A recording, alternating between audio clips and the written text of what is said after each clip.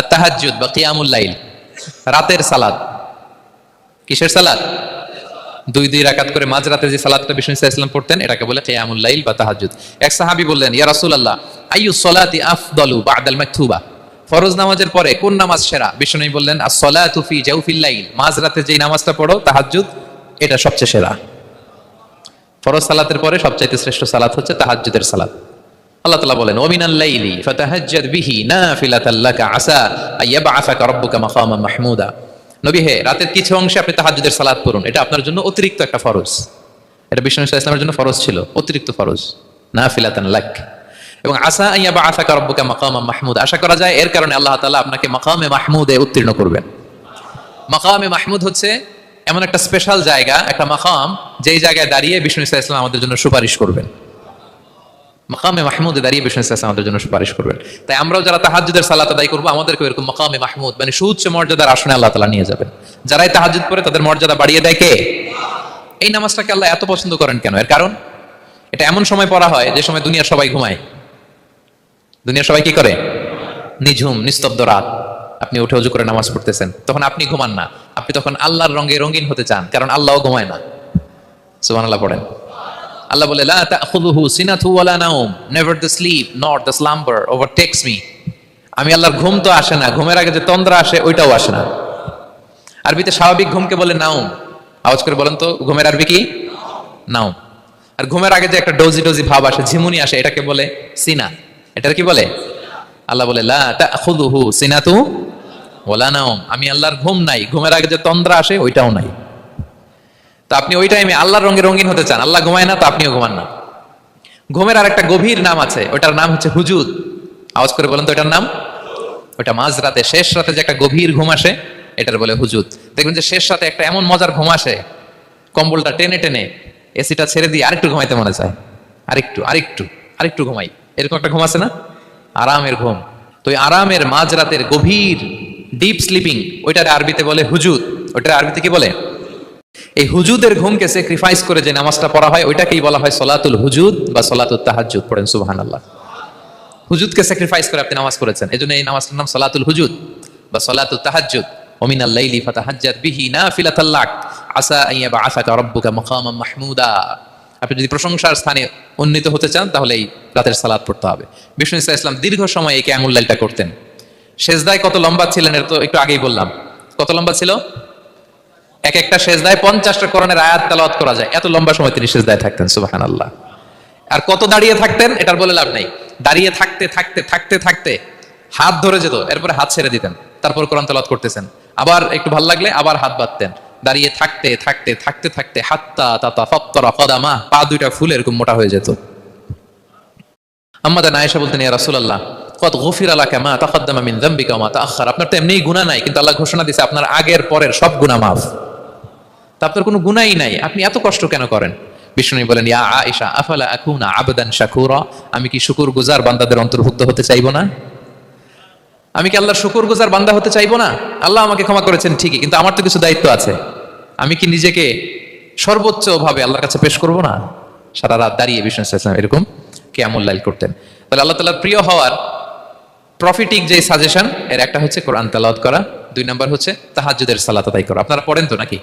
পড়বেন প্রিয় ভাইরা। যদি নিজের সম্মানকে আল্লাহর কাছে উচ্চে তুলে ধরতে চান, যদি বিষ্ণু ইসলামের সুপারিশ চান, যদি আল্লাহ তাআলার প্রিয় ভাজন হতে চান, তাহলে তাহাজ্জুদ ইজ কম্পালসরি। কি পারা যাবে তো? ইনশাআল্লাহ, ইনশাআল্লাহ বিইذنিল্লাহ। আল্লাহ তাআলার প্রিয় হওয়ার 3 নাম্বার মাধ্যম হচ্ছে বেশি বেশি আল্লাহ তাআলার কাছে চাওয়া, মানে আদ-দুআ, দোয়া করা। কি করা? বিষ্ণু ইসলাম বলেন, আদ-দুআউ মুখুল ইবাদা, দোয়া হচ্ছে ইবাদতের নির্যাস। দোয়া কি? ইবাদতের নির্যাস। এবং আল্লাহর কাছে চাইলে আল্লাহ খুশি হয়, না চাইলে আল্লাহ বেজার হয়। ইন্টারেস্টিং না ব্যাপারটা? আর দুনিয়াতে বারবার চাইলে খুশি হন আপনি? একটা বিষয় নিয়ে একজনের কাছে গেলাম, ভাই একটু বিপদে পড়ছি, একটু হেল্প করেন, করলো। এরপরের সপ্তাহে আবার গেলাম, ভাই আমার তো একটু সমস্যা, টাকা পয়সার, একটু হেল্প করেন, মুখ লজ্জায় ধরেন, আবারও করলো। এরপরের সপ্তাহে আবার গেলাম, ভাই বিপদে পড়ছি, একটু হেল্প করেন। এবার কেমন লাগবে বলেন তো? আচ্ছা গেল। এরপরের সপ্তাহে আবার, এবার কি করবে? দৌড়ানি দিবে লাঠি লয়া। ঠিক কিনা বলেন? তুমি মামুর বাড়ির আবদার পাইছো না, প্রতি সপ্তাহে সপ্তাহে বিপদে পড়ছি। তার মানে এই দুনিয়ার হাইসিয়াত হচ্ছে বারবার কারো কাছে কোনো ইস্যু নিয়ে যাওয়া যায় না, বারবার কোনো ব্যাপার নিয়ে কারো কাছে যাওয়া যায় না। চাইলে সে রাগ করে, অখুশি হয়। কিন্তু আল্লাহর কাছে এটা বিপরীত। বিষ্ণু বলেন ইন্নাহু মান লাম ইয়াসআলিল্লাহ ইয়াগদাব আলাই, যে আল্লাহর কাছে বারবার বারবার চায় না, আল্লাহ তার উপর রাগান্বিত হয়ে যায়। আর বারবার বারবার বারবার তার কাছে চাইলে আল্লাহ তাআলা তার প্রতি খুশি হয়ে যায়। এজন্য আল্লাহ তাআলার কাছে চাইতে হবে প্রিয় ভাইয়েরা, চাইতে হবে, বিনয়ের সাথে চাইতে হবে, চোখের পানি ছেড়ে চাইতে হবে, একাগ্র চিত্তে চাইতে হবে, চাওয়ার মতো চাইতে হবে। চাওয়ার মতো চাইলে আল্লাহ দেয়। যারা চাইতে পারে আল্লাহর কাছে, তারা আল্লাহর কাছ থেকে নিয়ে ছাড়ে। দেখবেন যেই বাচ্চা কাঁদে বেশি, ওই বাচ্চাকে মা দুধ খাওয়ায় বেশি, ঠিক কিনা? আর যেটা কাঁদে টাদে না, ওইটা টেক কেয়ারও কম। যেই ফ্যামিলিতে অনেক বাচ্চা কাচ্চা, দেখবেন যেটা কাঁদে বেশি, ওটা টেক কেয়ারও বেশি। তো আপনি যত চাইবেন আল্লাহ তাআলা তত খুশি হয় আপনার প্রতি। কিভাবে চাবো? একাগ্র চিত্তে চাইতে হবে। আমরা অনেক সময় দোয়াও করি, আবার আরেক দিকে তাকায় আছি। এই যে দোয়া করতেছি, দেখেন আল্লাহুম্মা আমিন রব্বানা আতিনা ফিদ দুনিয়া হাসানা ওয়া ফিল আখিরাতি হাসানা। দোয়াও করতেছে, ইন্টেরিয়র ডিজাইনও দেখতেছে। এটা দোয়া হইছে? কথা বলেন না কেন, দোয়া হইছে? আবার দোয়াও করতেছে, দোকানের হিসাবও মিলাইতেছে, রব্বানা আতিনা ফিদ দুনিয়া। দোয়াও চলতেছে আর দোকানের হিসাব কিতাব যা আছে, এরকম দোয়াও আছে না নাই? এটার একটা আমি নাম দিছি, এটারে আমি বলি রোবোটিক দোয়া। মানে রোবট, আপনি একটা সিস্টেম অন করে দিবেন, ওটা করতেছে, এটার কোনো প্রাণ নাই, ওটার মধ্যে কোনো অনুভূতি নাই, কোনো রিয়েলাইজেশন নাই। এই অনুভূতিহীন দোয়া আল্লাহ কবুল করেন না, আল্লাহ কবুল করেন না। আপনার দোয়ায় প্রাণ থাকতে হবে, এখানে আপনার ধ্যান থাকতে হবে, মন থাকতে হবে, আপনার আকুতি থাকতে হবে, চাওয়ার মতো আল্লাহর কাছে চাইতে হবে। কিভাবে চাবেন? বিনয়ের সাথে চাবেন, আর ইয়াকিন রাখবেন আমার দোয়া আল্লাহ কবুল করবেই। উদুল্লাহ ওয়া আনতুম মুকিনুনা বিল ইজাবা, এমন ভাবে আল্লাহর কাছে চাও যে তুমি নিশ্চিত আমার দোয়া আল্লাহ কবুল করবেনই। আপনি নিশ্চিত হলে আপনার দোয়া কবুল হয়ে যাবে। নিজেকে ছোট করে চাইবেন। ফাসআলুল্লাহ বিবুতুনি আকুফিকুম, বিষ্ণু বলেন তোমাদের হাতের তালুগুলো উপরের দিকে। ভিক্ষুকরা যেন চায়, স্যার 2 দিন ধরে কিছু খাই নাই স্যার, 2টা টাকা দেন। এই যে ভাবে যে চায় হাত পাতে, এরকম হাতের তালুগুলো উপরের দিকে করে ভিক্ষুকের মতো আল্লাহর কাছে চাও। হাত তুলে চাও, হাত না তুলেও দোয়া করা যায়, হাত তুলেও করা যায়, কিন্তু বিষ্ণু বলেন হাত তুলে চাও।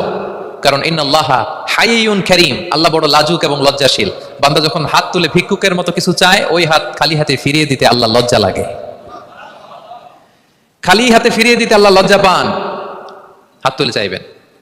দোয়াতে আল্লাহর নামগুলো ধরে ধরে ডাকুন, ইয়া আল্লাহ, ইয়া রহমান, ইয়া রহিম, ইয়া হাইয়ু, ইয়া কাইয়ুম বিরহমাতিকা আস্তাগীথ। আল্লাহ নাম ধরে ধরে চান, ওই দোয়া আল্লাহ কবুল করবেন। বিশ্বনবীর উপর দুরূদ পড়েন। যে বিশ্বনবীর উপর দুরূদ পড়ে না, ওই দোয়া আল্লাহর কাছে কবুল হয় না, এটা আকাশে পেন্ডিং থাকে। কুল্লু দুআ মুআল্লাক মাহজুব বাইনা সামাই ওয়াল আরদি মা লাম ইউসাল্লা আলাইয়া। বিষ্ণু বলেন সব দোয়া আকাশে পেন্ডিং থাকে যতক্ষণ আমার উপর দুরূদ পড়া না হয়। তাহাজ্জুদ পড়তে হবে আল্লাহর প্রিয় হতে চাইলে, বেশি বেশি দোয়া করতে হবে আল্লাহর নৈকট্যপ্রাপ্ত বান্দা হতে চাইলে।